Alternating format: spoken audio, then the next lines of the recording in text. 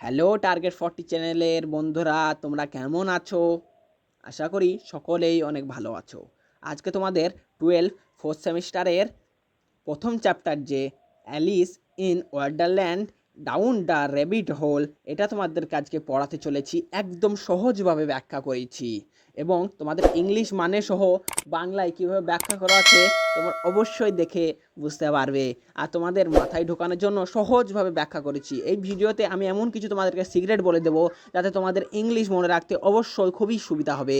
আর তোমাদের কোনো রকমভাবে ইংলিশে ডাউট থাকলে আমি আছি। আর তোমাদের জন্য একটা গ্রুপ খোলা হয়েছে, যে ইংলিশের যদি একটুও ডাউট থাকে অবশ্যই আমাকে সেই গ্রুপে অ্যাডমাইনকে অবশ্যই তোমরা মেসেজ করতে পারো। সেই জন্যই যারা যারা নতুন অবশ্যই সেই গ্রুপে যুক্ত হয়ে যাবে।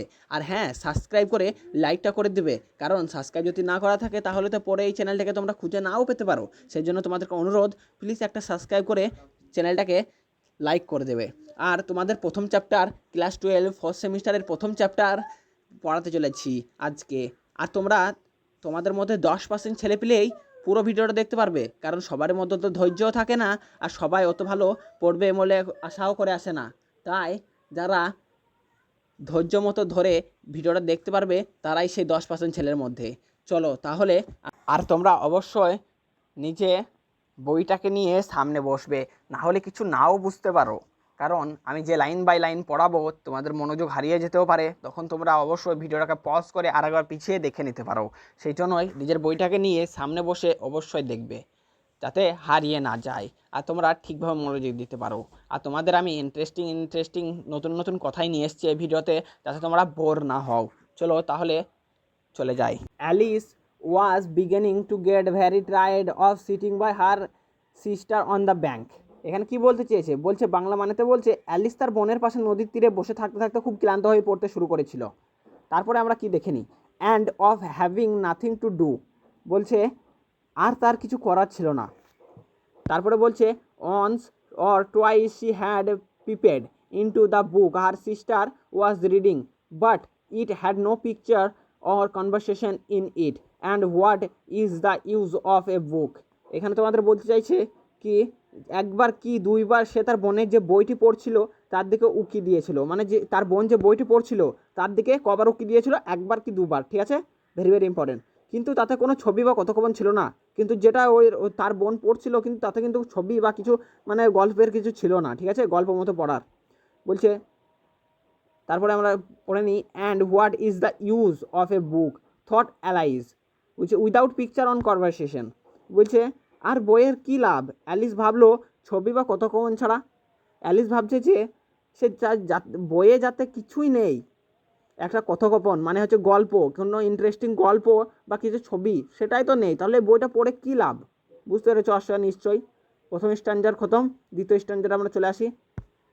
দ্বিতীয় স্ট্যান্ডারে বলছে so so she was concentrating in the her own mind, বলছে তাই সে মনে মনে ভাবছিল, as well as she could, for the hot day made her feel very sleepy and stupid. বলছে যে মানে যতটা সম্ভব, কারণ গরমের দিনে তাকে খুব ঘুম ঘুম ভাবাচ্ছিল এবং বোকা লাগছিল তাকে। whether the pleasure of making a daisy chain would be worth the trouble of getting up and picking the desires। এখানে বলছে ডেজি চেন তৈরির আনন্দ কি ডেজি তুলে নেওয়ার কষ্টের চেয়ে মূল্যবান হবে কি না। হঠাৎ গোলাপি চোখের একটি সাদা, এখানে বলছে এ দেখো বলছে when suddenly a white rabbit, মানে সেটা বলছে না সাদা খরগোশ, বলছে pink eyes ran close by her. Pink eyes তার চোখ দুটো ছিল গোলাপি, ঠিক আছে, গোলাপি চোখের একটি সাদা খরগোশ তার কাছে ছুটে এলো। চলো এখন নেক্সট স্ট্যান্ডার্ডে আমরা চলে যাই। এই স্ট্যান্ডার্ডে বলছে there was nothing so very remarkable in that, বলছে এতে এমন উল্লেখযোগ্য কিছু ছিল না। তারপরে বলছে নর did Alice think it so very much out of the way to hear the rabbit surge to itself, oh dear I shall be too late।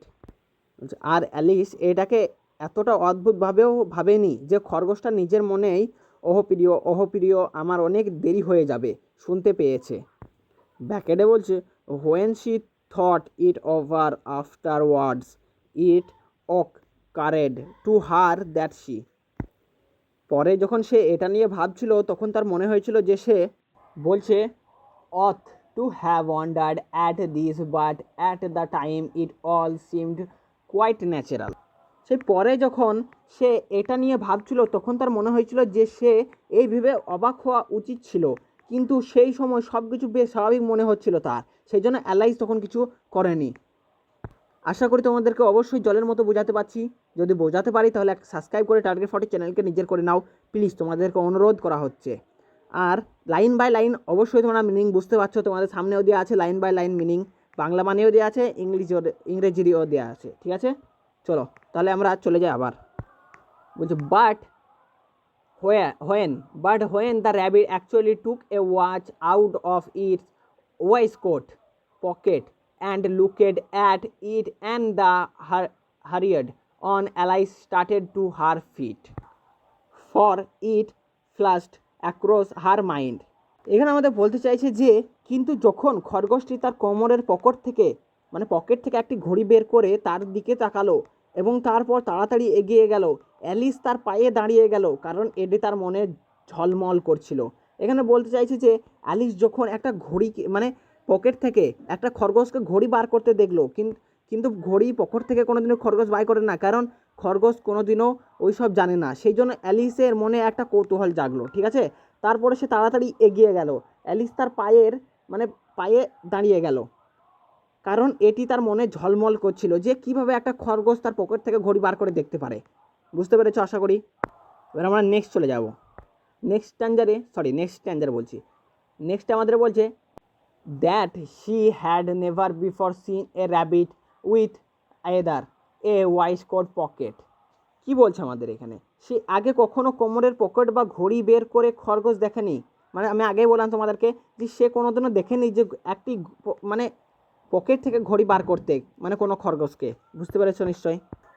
বলছে or a watch to take out of it and burning with curiosity she ran across the field after it and, বলছে এবং কৌতূহল জলে সে তার পিছনে মাঠের ওপরে দাঁড়িয়ে গেল।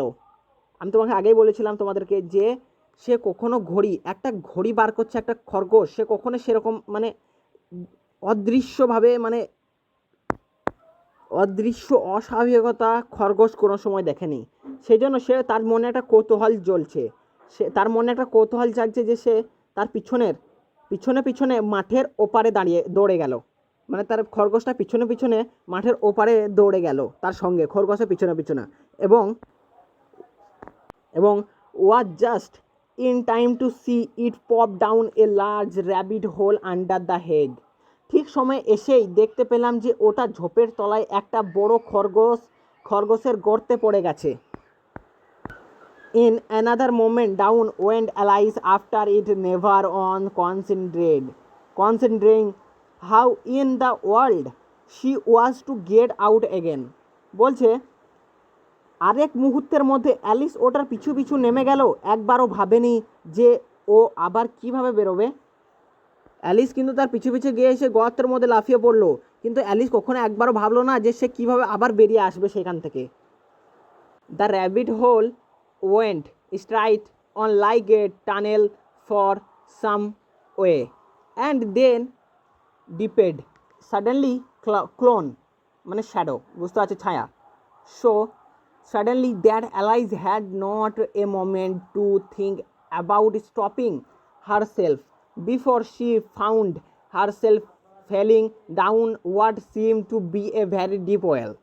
এখানে তোমাদের বলতে চাইছে যে খরগোশের গর্তটি কিছু দূর পর্যন্ত সুড়ঙ্গের মতো সোজা চলে গেল এবং তারপর হঠাৎ করেই ডুবে গেল।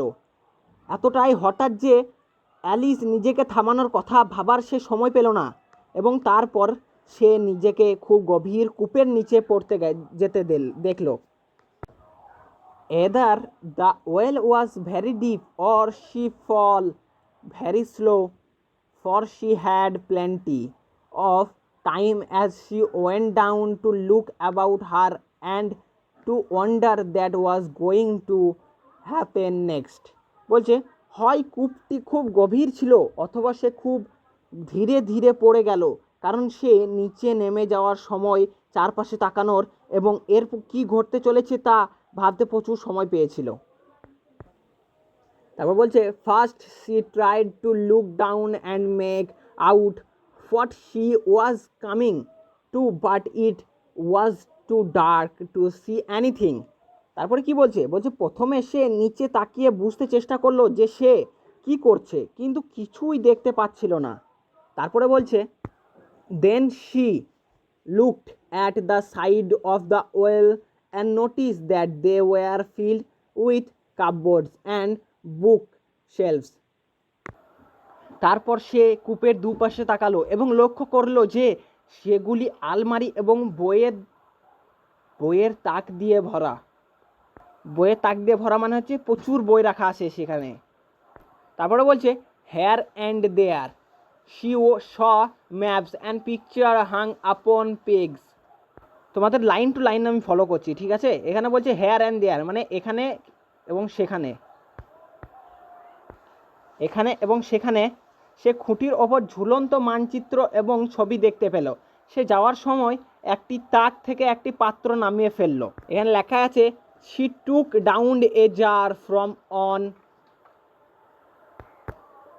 of the shelves as she passed. It was labeled orange marmalade, but to her great disappointment it was empty. এখানে বলতে চাইছে যে সে যাওয়ার সময় একটি তাক থেকে একটি পাত্র নামিয়ে ফেললো, এটিতে কমলা মারমাল্ড লেবেল ছিল, কমলা মারমাল্ড লেবেল ছিল, ঠিক আছে, কিন্তু তার চরম হতাশার জন্য একটি খালি ছিল। এটি যে মারমালটি সে নিয়েছিল সেটা খালি ছিল তার চরম হতাশার জন্য।